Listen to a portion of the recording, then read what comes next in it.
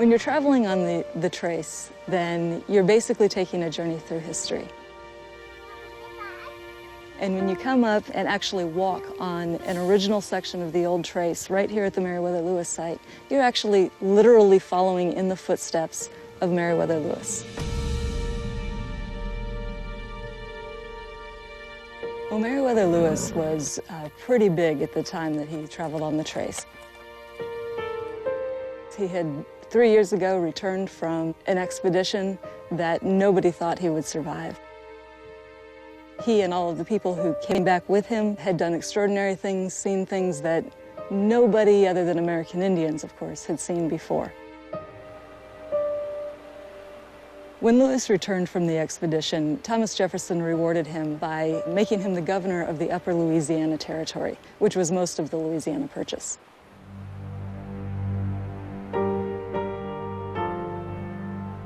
Being governor of the Upper Louisiana Territory, Lewis had a little bit of trouble with the bureaucracy. Lewis was a military leader. He was brilliant at that. But adjusting to the bureaucracy was a little bit harder. When he was the governor of the Upper Louisiana Territory, the administration changed.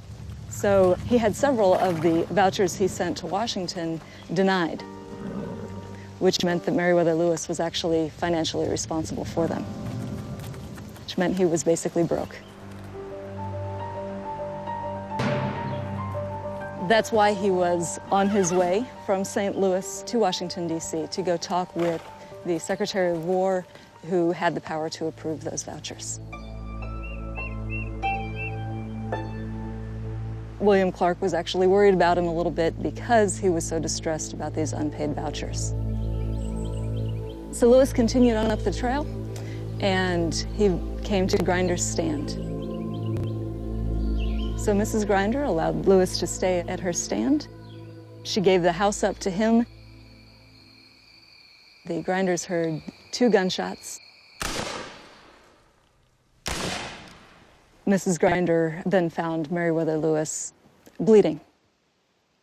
He was still alive, but he died very early in the morning of October 11th, 1809.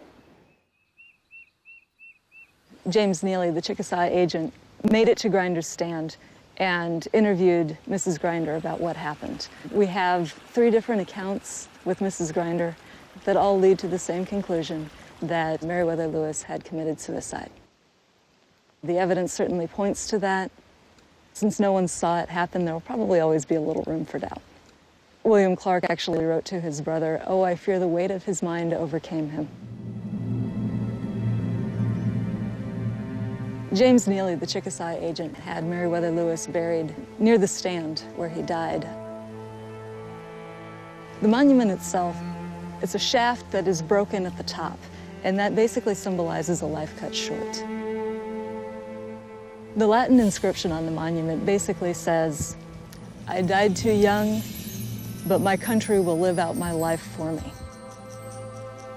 We'll probably never know for sure whether Meriwether Lewis committed suicide or died by some other means.